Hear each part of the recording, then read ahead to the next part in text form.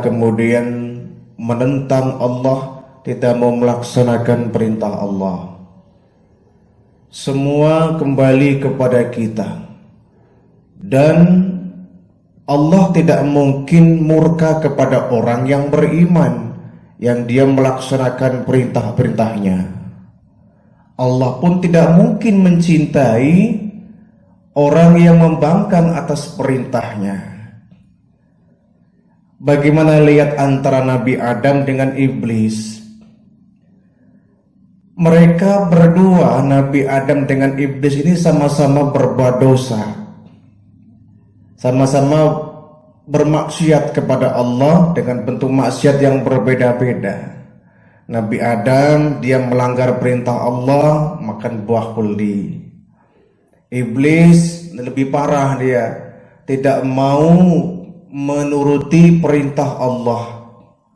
Ketika malaikat sujud kepada Adam, semua malaikat sujud kecuali iblis ini. Aba wastakbara minal kafirin. Iblis ini dia tidak mau sujud kepada Adam. Dia membangkang dan sombong di hadapan Allah. Maka iblis pun akhirnya diusir dari surga. Adam pun sama, kejadiannya sama, diusir dari surga. Tetapi kasusnya beda. Nabi Adam dia lalai membangkang perintah Allah. Yang seharusnya kita makan buah huldi, dia makan buah huldi. Dua makhluk ini antara iblis dengan Adam, mereka berdua saling berbuat dosa. Tapi apa bedanya? Nabi Adam taubatnya diterima oleh Allah, sementara iblis boro-boro diterima, malah dia dikutuk, dilaknat, menjadi makhluk yang akan menjadi penghuni neraka, divonis menjadi penghuni neraka untuk selama-lamanya. Itu Nabi Adam dengan iblis.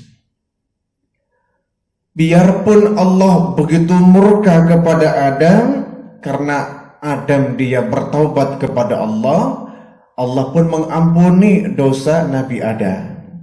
Sementara iblis dia tidak mau meminta maaf, tidak mau bertobat kepada Allah. Dia tetap membangkang, merasa paling hebat. Akhirnya iblis pun dilaknat oleh Allah. Dia akan menjadi penghuni neraka untuk selama-lamanya kelak. Artinya apa di sini? Allah mah bagaimana makhluknya? Allah tidak mungkin salah menyikapi perilaku makhluknya. Tidak mungkin orang yang beriman, yang taat beribadah Allah murkai. Pun tidak mungkin orang yang durhaka, orang yang membangkang perintah Allah, Allah cintai. Tidak mungkin. Allah maha tahu bagaimana makhluk-makhluknya. Kalau kita terkatakan tidak, kita kadang salah pilih teman ini, ya. Salah pilih teman kadang-kadang kita. Orang yang baik kita musuhi, orang yang jahat kita cintai. Kan seperti itu. Apalagi dalam dunia politik kadang-kadang, mohon maaf ya, teman bisa menjadi musuh, musuh bisa menjadi teman.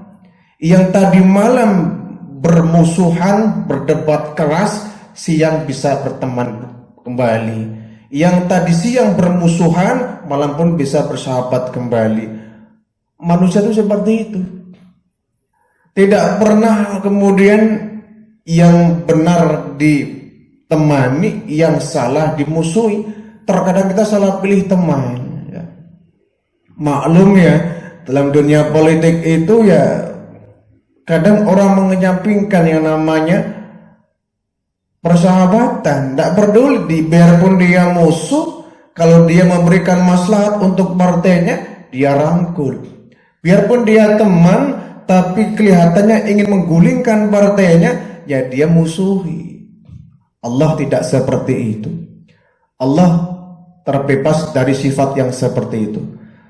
Ya Allah pasti mencintai orang yang beriman, yang berbuat baik dan melaksanakan ibadah.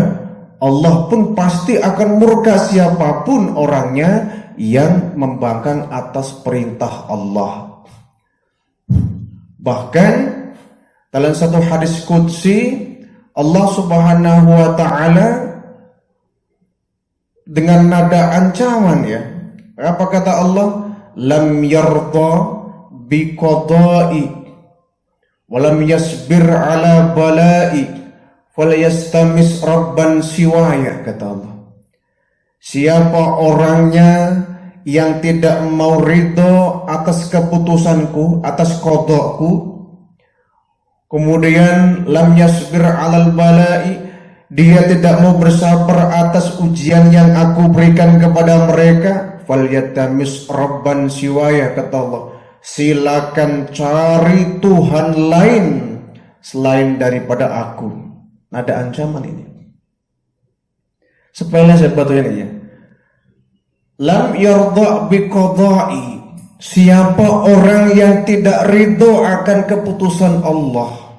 Qada ini kan rencana Allah sebelum qadar ya. Ada qada, ada qadar.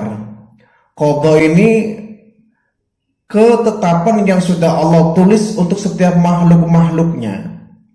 Nah, ini jauh sebelum Allah menciptakan semuanya. Dari zaman ajali bahasanya ya. Dari kita sebelum diciptakan, Allah sudah punya skenario tentang kehidupan kita dari mulai lahir sampai mati. Allah tahu umur kita sampai berapa, Allah tahu rezeki kita sampai di mana, Allah tahu jodoh kita siapa, Allah tahu nanti kita punya pekerjaan apa, Allah tahu nanti kita mati di mana. Karena kodoknya Allah ini sudah ditulis dari sejak zaman azali, semenjak kita belum diciptakan. Nah, adapun qadar ini pelaksanaan dari rencana itu. Pelaksanaan dari rencana. Kalau kegiatan mungkin qada ini adalah program ya. Qadar ini adalah pelaksanaan dari program itu ya. Kalau bahasa organisasi begitu ya. Allah merencanakan semua makhluk-makhluknya, dan qadanya Allah tidak ada satupun yang tahu ya. Ada rencana Allah yang baik, ada rencana Allah yang tidak baik bagi makhluknya. Nah, nanti akan ditentukan oleh qadar, takdir ya, kita bilang takdir. Nah, tetapi kodoknya Allah ini tidak semua terlaksana sebagaimana rencana awal. Maksudnya ada kodoknya Allah yang tiba-tiba berubah, ya. Ada kodoknya Allah yang kemudian berubah seiring perkembangan waktu, tergantung kitanya. Oleh karena itu qadar ini ada dua macam ya. Qadar ini ada dua macam. Takdir ini ada dua macam. Pertama ada yang disebut dengan qadar mubram. Qadar mubram ini takdir yang tetap, tidak bisa dirubah. Ketika Allah merencanakan A, maka qadarnya pun A, dan ini qadar yang tidak bisa dirubah. Di luar kemampuan kita untuk merubahnya qadar yang seperti ini. Apa contohnya? Warna kulit kita ya. Ini namanya qadar mubram, takdir yang tidak bisa dirubah ya. Takdir yang tetap tidak akan bisa dirubah dan di luar kemampuan kita untuk merubahnya. Bahkan kalau dirubah, andaikan kita mampu merubahnya, kita sudah termasuk berbuat dosa. Warna kulit ini kan sudah Allah rencanakan jauh-jauh sebelumnya, ya terima. Kita diberikan warna kulit hitam, terima saja. Itu nggak akan bisa dirubah. Digosok pakai apapun nggak bisa ya. Pakai masker, pakai apalah pokoknya ya. Tidak akan bisa dirubah. Sudah hitam ya hitam. Tidak usah dimacam-macamin. Itu sudah kodoknya Allah dari dulu. Kita terima. Yang seperti itu nggak bisa kita rubah. Justru kalau kita rubah akan menjadi sebuah dosa. bentuk muka. Ini muka seperti ini sudah paten ini. Boya syukuri saja muka seperti ini. Tidak usah mengeluh. Ya Allah, kenapa sih yang lain cantik, yang lain ganteng, saya kok jelek begini? Allah lebih tahu kenapa Allah memberikan muka seperti ini. Syukuri saja dan kita berbaik sangka kepada Allah. Namanya yarda bi qadai, meridai qadanya Allah. Ada orang yang tidak bersyukur atas qadanya Allah, akhirnya apa? Operasi plastik, dimacem-macemin kan. Hidung yang pesek dibikin mancung, tapi kan nggak asli, silikon itu ya. Malah justru akan berbahaya. Merubah ciptaan Allah itu bagian daripada dosa. Kita terima saja ya, diberikan hidung minimalis, tidak usah mengeluh. Ya Allah, hidung kok kecil banget kayak kutil ya. Allah memberikan hidung seperti ini sudah diukur ya, sedemikian rupa, didesain secantik mungkin. Kita tinggal mensyukuri saja ya. Malah katanya kalau hidungnya pesek itu napasnya lebih irit ya, daripada hidungnya mancung, napasnya boros itu katanya tuh. Kita alhamdulillah diberikan hidung, nikmati saja. Hidung pesek nikmati, hidung mancung ya alhamdulillah. Ini tidak bisa dirubah-rubah. Kita doa sampai nangis pun ya Allah berikan hidung yang mancung, ya Allah rubahlah hidung saya supaya mancung. Gak bakal bisa. Doa sampai jungkir balik pun sudah gak bisa. Itu namanya takdir yang tetap, tidak bisa dirubah. Rambut kita beruban, itu takdir mubram, tidak bisa dirubah. Kita berdoa sampai nangis, ya Allah tolong jangan engkau keluarkan uban di rambutku ya Allah. Ya nggak bakal bisa, rambut ini akan terus tumbuh uban. Ya makanya orang tidak boleh kemudian merubah warna uban dengan warna hitam ya, kecuali rambut warna-warna yang lain ya. Dia menyemir rambut dengan warna hitam itu nggak boleh. Kenapa? Nantinya seakan-akan menipu orang ya. Menutupi ketuaan itu tidak boleh. Tunjukkan saja bahwa kita sudah tua. Uban ini biarkan dia putih, tidak usah dirubah-rubah seakan-akan hitam terus sampai tua, nggak bisa ya. Nah kecuali sembirnya warna merah, sembirnya warna hijau, warna kuning itu boleh. Kok boleh? Ya orang kalau disembir warna hijau, warna kuning, warna merah kan orang ketahuan tuh. Kecil itu nutupi uban, diwarna-warnain kan. Akan kecil tuanya. Tapi kalau diwarnai dengan warna yang hitam, orang akan ketipu. Akan ketipu bahwa kita seakan-akan masih muda. Sudah terima saja. Yarda bi qadai namanya. Ridho dengan ketetapan Allah. Kita diciptakan dengan jenis kelamin laki-laki, terima saja. Jangan mengeluh, ya Allah kenapa sih saya diciptakan dalam keadaan jenis kelamin laki-laki. Terima saja. Ini takdir yang tidak bisa dirubah. Kita lahir di Indonesia, ini juga takdir, sudah rencana Allah, nggak bisa dirubah. Wong sudah lahir, ya Allah kenapa sih saya lahir kok di Indonesia?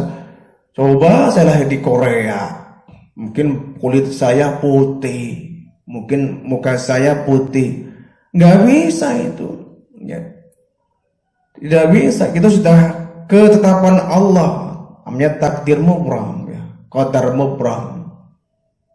Yang seperti ini wajib kita syukuri. Diberikan tubuh tinggi, alhamdulillah ya kan? Main basket enak kan, sekali lempar bisa masuk, menterin genteng pun enak, nggak usah pakai tangga ya kan. Yang diberikan badan pendek, alhamdulillah badan saya pendek, naik angkot aman, tidak akan bakal kebentur pintu angkot. Syukuri saja, nikmati saja apa yang Allah berikan kepada kita dalam bentuk fisik ya, dalam bentuk fisik. Tidak usah kemudian kita menggerutu, tidak bersyukur kepada Allah akan kondisi kita. rambut kita keriting, ya biarkan itu dari lahir ya. Tidak usah kita menggerutu kenapa sih keriting, ya Allah kenapa nggak lurus saja. Ya mungkin itu sudah desain yang paling cantik untuk kita dari Allah. Ya Allah kenapa sih saya ya suaranya jelek, saya pengen suara bagus ya. Mungkin itu sudah yang terbaik untuk kita.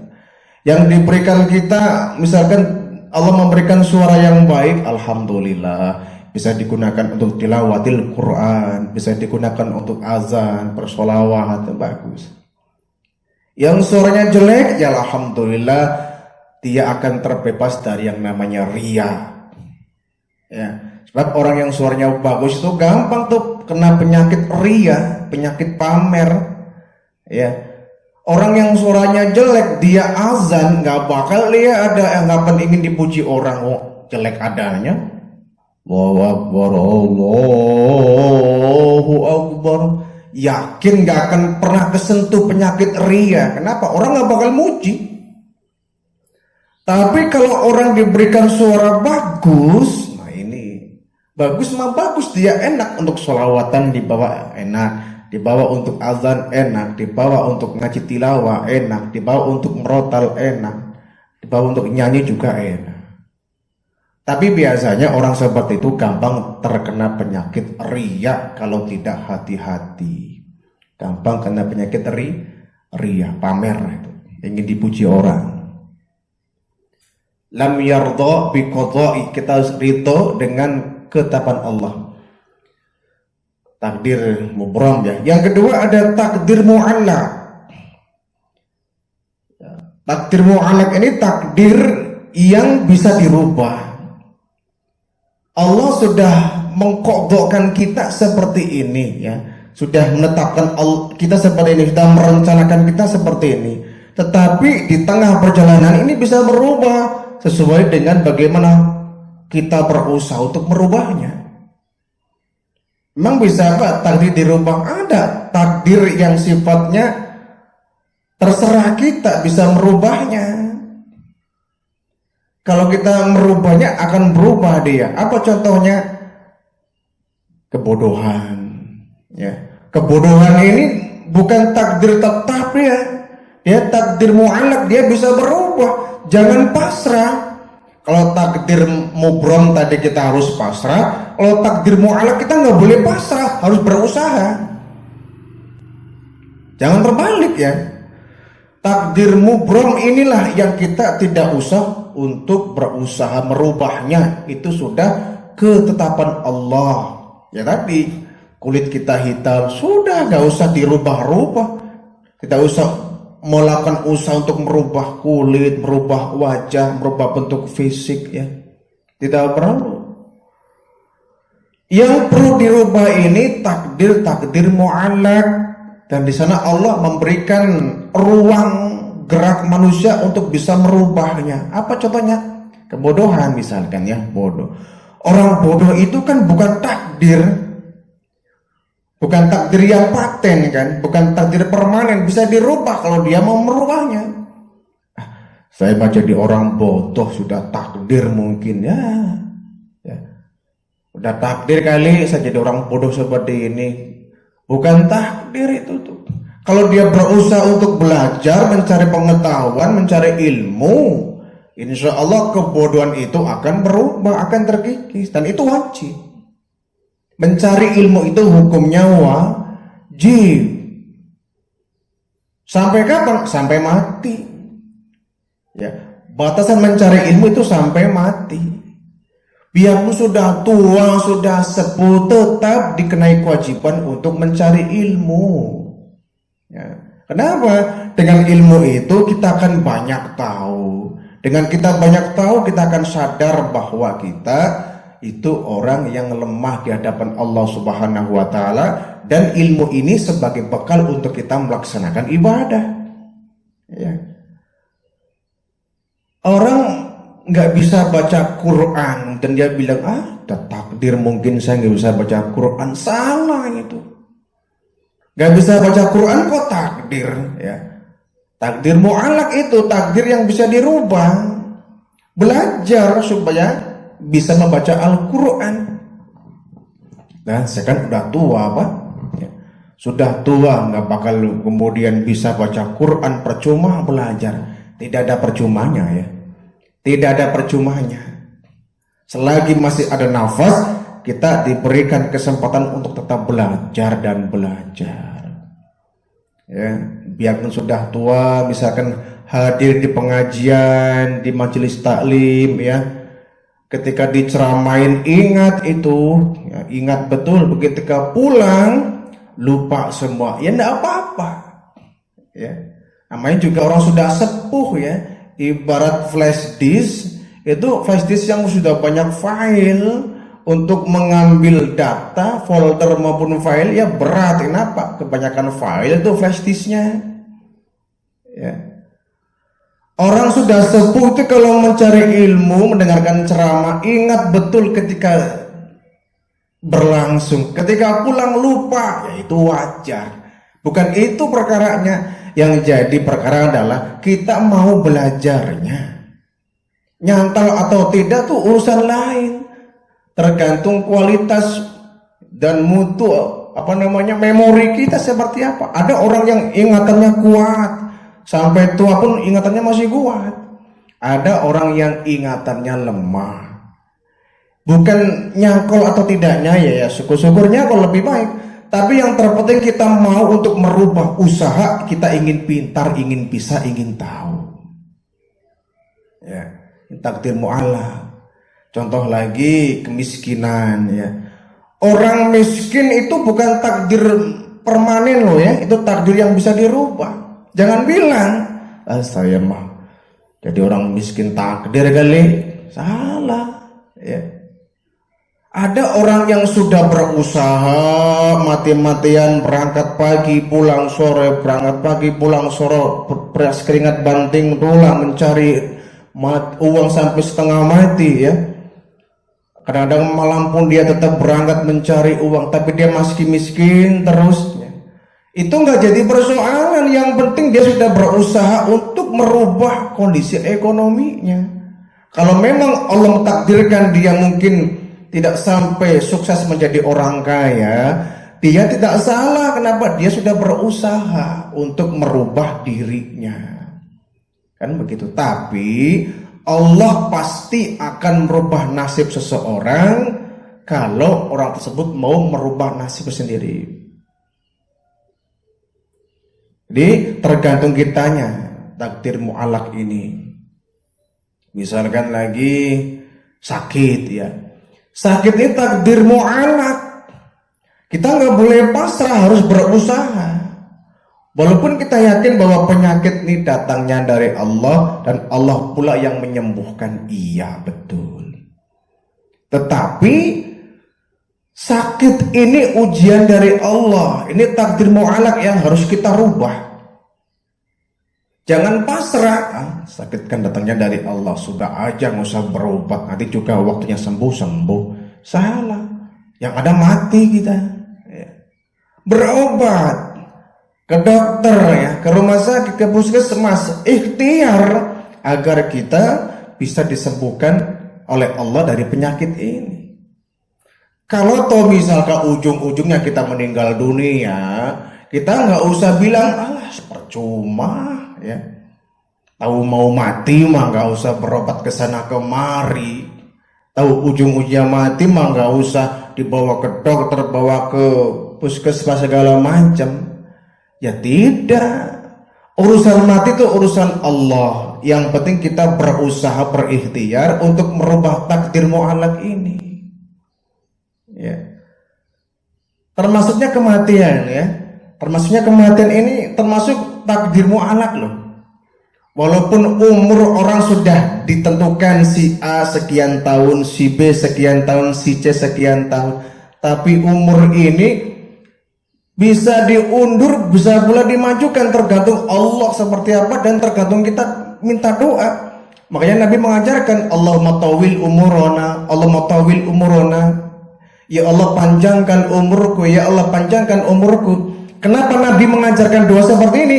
Karena umur ini bisa dipendekkan, bisa dimajukan, bisa diundur, itu hak prerogatifnya Allah. Kalau kita minta dengan ikhlas kepada Allah, bukan tidak mungkin Allah mengabulkan memanjangkan umur kita. Ya. Makanya ada hadis mengatakan ya bahwa siapa orangnya yang suka bersilaturahim, ya, dia akan dipanjangkan umurnya itu ya. Akan dipanjangkan umurnya. Yang suka silaturahim akan diperpanjang umurnya, kontrak di dunia ini. Ya. Memang dalam Al-Quran sudah dinyatakan bahwa kalau ajal sudah datang, ya, ajal sudah datang, la yastaqdimuna wa la yastakhirun, tidak bisa dimajukan, tidak bisa diundur. Ya. Idza jaa ajaluhum, ya, apabila ajal mereka sudah datang, sudah datang, la yastaqdimun, la yastakhirun, tidak bisa dimajukan, tidak bisa diundurkan. Ini kan perkaranya idza jaa ajaluhum, apabila ajalnya sudah datang. Ya. Apabila ajal sudah datang gimana mau diundur?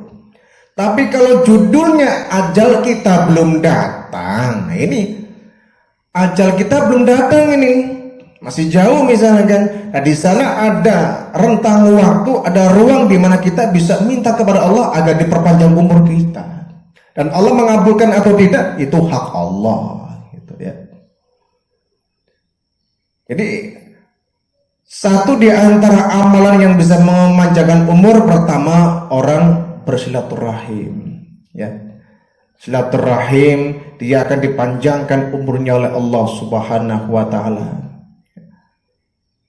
Falyasfalahim rahimah, ya, yang suka bersilaturahim. Falyasur rahimah, termasuk orang yang suka bersilaturahim.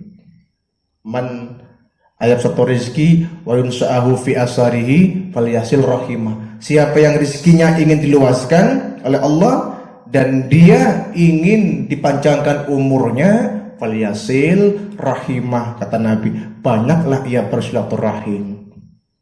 Ya, kok Nabi sampai mengatakan begitu?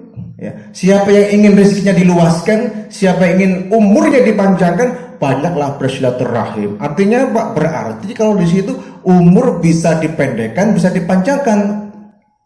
Semua itu haknya Allah, dan Allah memiliki hak pula untuk menjawab doa dari hamba-hambanya yang ingin dipanjangkan umurnya. Kan seperti itu. Jangan pasrah, umur saya sudah begini dan begini. Ya memang umur sudah ada yang mengatur. Tetapi tadi, kalau umur ini paten, umur ini nggak bisa dirubah, kenapa Nabi kemudian mengajarkan Allahumma tawil umurona? Ya Allah, panjangkan umurku. Kenapa harus Nabi mengajarkan doa begitu? Kalau umur kita paten dan permanen nggak akan bisa dirubah, ya sudah, Nabi nggak perlu mengajarkan Allahumma tawil umurona. Ya Allah, panjangkan umurku. Ya, nggak mungkin kan umur sudah tetapkan. Ya kalau nggak mungkin Nabi mengajarkan doa seperti itu.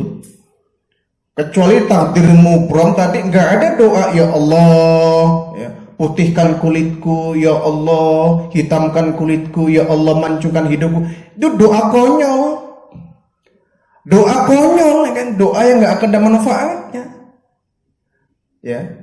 Karena apa? Itu takdir mubram. Tapi kalau mu'alaq, kita bisa minta doa ya Allah, Allahumma rzuqna rizqan halalan thayyiban katsiran kabiran fa innaka khairur raziqin. Ya Allah, berikan aku rizki, berikan aku rizki. Ya. Ini kan doa untuk merubah takdir mu'alaq ini. Ya. Termasuk yang kematian ini, kita boleh berharap Allahumma tawil umurona, ya Allah panjangkan umurku, panjangkan umurku, panjangkan umurku. Kalau umur itu sudah paten, Nabi nggak mengajarkan doa ingin dipanjangkan umurnya. Konyol kan? Kalau umur kita sudah paten nggak bisa dirubah, kita minta doa dipanjangkan umurnya, kan konyol. Sama saja dengan tadi. Dikasih warna hitam kulitnya, minta ya Allah putihkan warna kulitku. Konyol itu, doa konyol. Doa yang ada manfaatnya. Tapi doa minta diumurkan panjang bukan doa konyol. Ya. Bukan doa konyol, karena umur kita tidak ada yang tahu. Memanjangkan atau memendekkan umur manusia itu hak rahasia Allah Subhanahu wa taala. Yang jelas, yardha bi qada'i, kita harus ridho akan ketetapan Allah.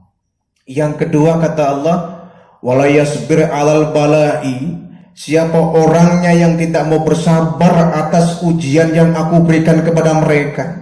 Sabar atas ujian yang Allah timpakan kepada kita. Semua kita diberikan ujian, dalam ujian yang berbeda-beda. Ada orang yang diuji dengan kemiskinan, ada orang yang diuji dengan kekayaan, ada orang yang diuji dengan ilmunya, ada orang yang diuji dengan kebodohannya.